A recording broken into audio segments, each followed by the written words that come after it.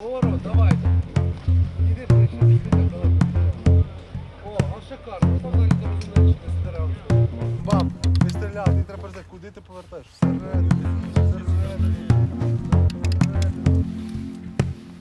Да, отак, от.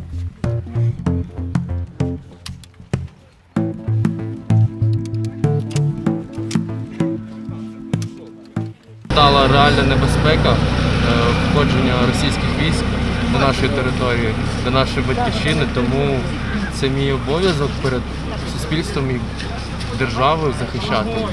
Тепер загроза повномасштабної війни по всій території України.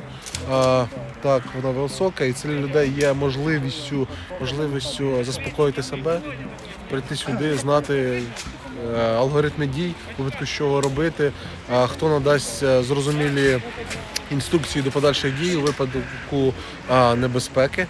Боюся за себе, боюсь за сім'ю, хочу навчитися чогось, щоб захищати своїх рідних і захищати Україну. Хочу спробувати себе, щоб бути в безпечності і не боятися окупантів.